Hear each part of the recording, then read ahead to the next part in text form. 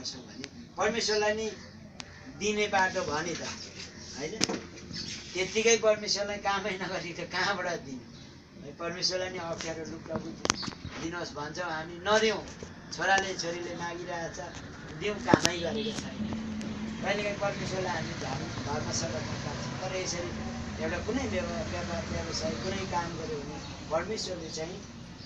आशिष दिने प्रतिज्ञा गर्नुभएको छ त्यसकारण भाइ बहिनीको लागि हामी प्रार्थना गर्नको निम्ति आएका छौँ परमेश्वरलाई धन्यवाद भएको होस् हामी एउटा खण्ड हेर्नेछौँ त्यस पछाडि प्रार्थना गरौँ मसँगै यहाँले व्यवस्था 28 पल्टाउनु होला जुन हामीलाई थाहा भएको खण्ड हो यहाँ परमेश्वरको वचनले भन्दछ व्यवस्था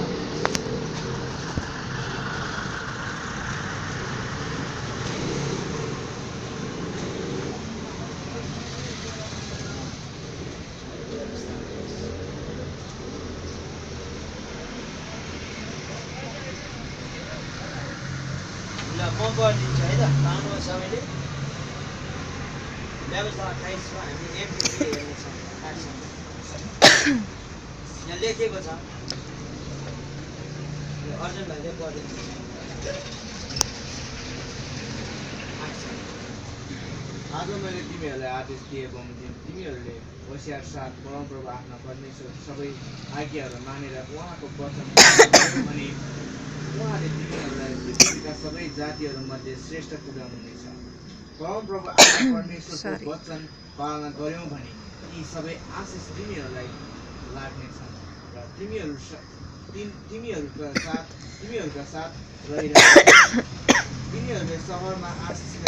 पाउनेछौ र गाउँ बस्तीमा आशिष पाउनेछौ तिमीहरूका सन्तानमाथि आशिष पर्नेछ साथै खेतका उब्जनीहरूमाथि गाईबस्तुका बाछा बाछीमाथि भेडा बाख्रा पाठा पाठीमाथि तिमीहरूको ठाडो र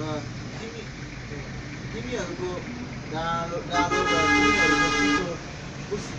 मुस्ने आरीमा आशिष पर्नेछ भित्र आउँदा बाहिर जाँदा तिमीहरूले आशिष पाउनेछौ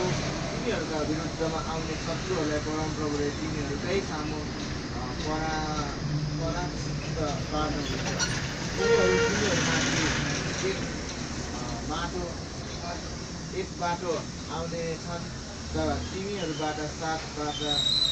भाग्नेछन् परमप्रभुले तिमीहरूको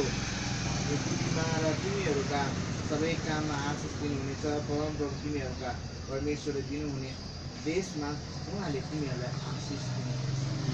आमेन परमेश्वरको वचनबाट हामीलाई आशिष मिलेको होस् हामी प्रार्थना गर्नेछौँ परमेश्वर हामी तपाईँलाई धन्यवाद दिँदछौँ विशेष प्रार्थना गर्दछौँ यो क्षेत्रमा हामी आएका छौँ प्रार्थना गर्न धन्यवाद यो समय परमेश्वरका हामी सबैलाई प्रार्थना गर्न तपाईँले सहायता तपाईँलाई धन्यवाद दिन्छु धन्यवाद दिन्छु परमेश्वरका त्यसै गरी परमेश्वरका जुन हामीले यो दोकान राख्न लागेका छौँ परमेश्वरका यो दोकानमा तपाईँले आशिष दिनुहोस् परमेश्वरका त्यसबाट परमेश्वरका तपाईँले दशंकहरू छुट्याएर दिन सकेको होस् परमेश्वरका तपाईँलाई सबै कुरामा आशिष वर्षाउनुहोस् तपाईँको स्वर्गको झ्याल ढोका खोलेर परमेश्वरका हरेक परमेश्वरका तपाईँले आशिष दिनुहोस् परमेश्वरका तपाईँलाई धन्यवाद दिन्छु परमेश्वरका त्यो शैतान दुष्टहरूले यहाँ भन्छ आज्ञा पालन गर्नेलाई आशिष भन्छ है अनि हामीले पढिहाल्यौँ आज मैले तिमीहरूलाई आदेश दिए बमोजिम तिमीहरूले होसियारी साथ परमप्रभु आफ्ना परमेश्वरका सबै आज्ञाहरू मानेर उहाँको वचन पालन गर्यो भने उहाँले तिमीहरूलाई पृथ्वीका सबै जातिहरूमध्ये श्रेष्ठ तुल्याउनुहुनेछ सबैभन्दा पहिलो कुरो परमेश्वरमा हामीले आशिष पाउनु